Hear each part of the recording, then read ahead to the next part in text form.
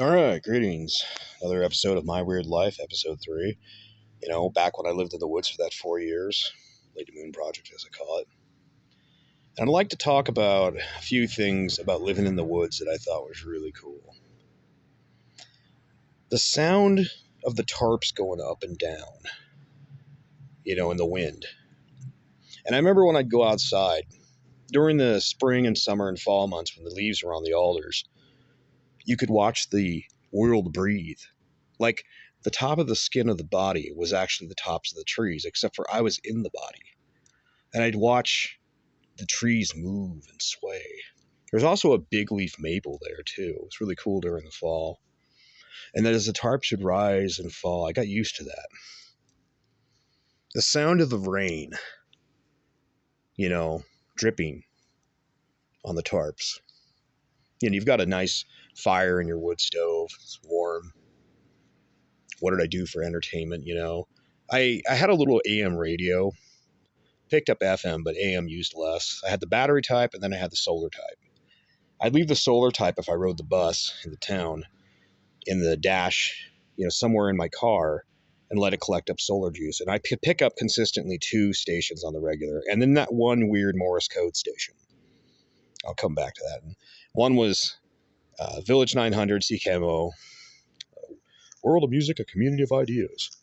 And then there was 690 AM CBC. So I listened to a lot, weirdly enough, I got used to listening to, like on the Sundays, Rex Murphy, Cross Country Checkup, and As It Happens during the week, which I could argue the CBC and As It Happens sounds like, I'd say it's kind of like NPR, but Canadian. But that's what I could pick up. So the one thing I really enjoyed is if I was drinking late into the night or reading a book, late at night, they'd play the World BBC. And this is where I really got hooked on. I got hooked on weird music from the Village 900 because one minute it would be French techno jazz and the next minute it would be some African click music. And so I still have the taste for the weird music. And then the BBC, the World View or all that stuff where they like, today in Africa, Zambia, the African elephant or program, blah, blah, blah. And I really like that. I like that weirdness from all the rest of the world. It's not just the same generic thing. Like you turn on the TV and it's the same message for most of the channels with just different variations. It's like, here's some mind candy. It's not that way when you listen to like myriad of different sources. And so radio, books, just chilling out there. And once you got to certain times of the year, I referred to this as what I call the pissing season. Like, what do you mean? A lot of rain? No. I didn't know what was going on. I thought one of my friends was clowning me or something. I'd look down from the rain barrels. The rain tarps came down off the top of the roof of the yurt, and then the rain shield, and then it collected a top barrel, and then it go down to the half barrel down below. Like so, big plastic barrel with bug screens up there, and it gets yellow tinge. I'm like, what is that? And I'm like, it's one of these fucking douchebags peeing in my water or something, because I just used this. I didn't drink this stuff. I went down to the local general store and filled up like a 7-gallon big blue jug and, buy my beer down there, check my mail. And basically, for a while there, it took me a while to figure this out till one day I was walking by one of the alders.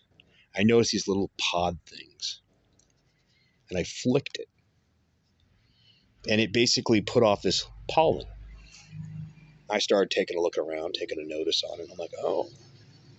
So they fall on my roof tarps. The rain comes along and it washes the pollen into the water collection. So I then referred to that part of the year, that early spring when that happens, as the pissing season. And right after the pissing season, when it becomes that perfect part of spring, there's a smell in that area. It smells like paradise. It doesn't actually produce a little flower. It just produces this kind of little pod thing. They're really low to the ground. I've only found them a couple times after I lived in the woods. Like when I was trucking, and I'd purposely park in some areas, like in the Cascades and something, and try to find them just to smell that scent again. And I found them once or twice. Ironically, I found some of them over near Seattle. And I think I found them up there on the I-90 one time. But that smell, it was incredible. And there was these little purple flowers that would bloom all over the carpet of the forest. So you have the trees, the leaves, the breathing of everything, and these little flowers and stuff. And you just get used to it. The sound of the tarps, the sound of the rain, the smell. The summers are warm, really warm. The winters are cold, but not frozen. Okay, things freeze, but it's not like over here in the Rocky Mountains. Things get to sub-zero, -20 at times. You really should have a wood stove around here as an emergency plan, or just have it because it saves you money. But over there, it's not the case. Sometimes at night, whether it was winter or summer or whatever, because you're 15 miles from town, the light pollution isn't really that bad.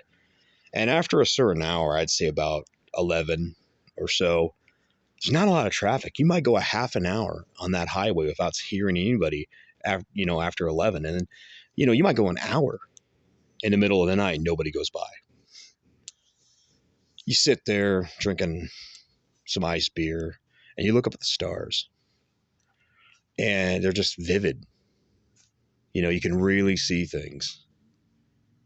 You come up with your names for the constellations, whatever they're really named. Used to refer to this one rectangular thing, or is it rectangular? It looked like a road sign, but it's called a stop sign fish. And I was just like, I'd be out there and just chilling. Nobody else with me. Just me and the dog. Sometimes I'd leave the dog back at the hut. He'd get mad, get all barky. What the hell? Don't leave me, bro. But it was totally chill. And they're in the summers. It was just like paradise warm, nice. The truth is about the summers in that part of Washington, it really doesn't become totally nice until about July. Sometimes June can be nice, but a lot of times it's July. And May can be really nice, and so can June, but it's also, don't be surprised if you get a lot of rain. But yeah, I mean, my life was so chill. I had no problems, no issues. And I look back at it and I think to myself, I'm like, I kind of had it all figured out back then. And yeah, I would have done some things differently. If I'd known then what I know now, I would have gone out and done trucking and made my money, put away enough to have my retirement fully funded. So, compound interest working for me. And I would have probably just bought a cheap piece of land and just built my own thing instead of renting. Because, things you learn as you get older. And that's kind of why when I tell a lot of people, I understand it's pearls before swine. When I tell people you can get a cheap piece of land, a little RV if you want to start out with that, or you could build your own place. These days, tiny homes. I mean, there's right on the highway, they've got these sheds that are basically little cabins, and you can buy one for like 11,000. Now, if you have no rent, no bills, no problems, you do the van life or do a share room, live as cheap as possible, buy yourself a cheap piece of land, drop that, and then spend your money on insulation, have a little wood stove. You're set. All you got to do at that point is pay your land taxes. Composting toilet or incinerator toilet.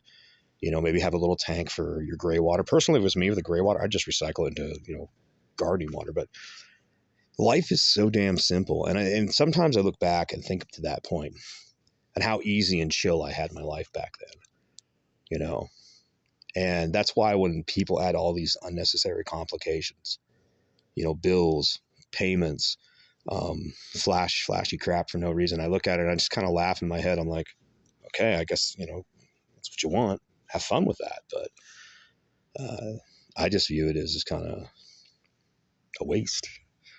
So, yeah, that's a story. Had a lot of fun.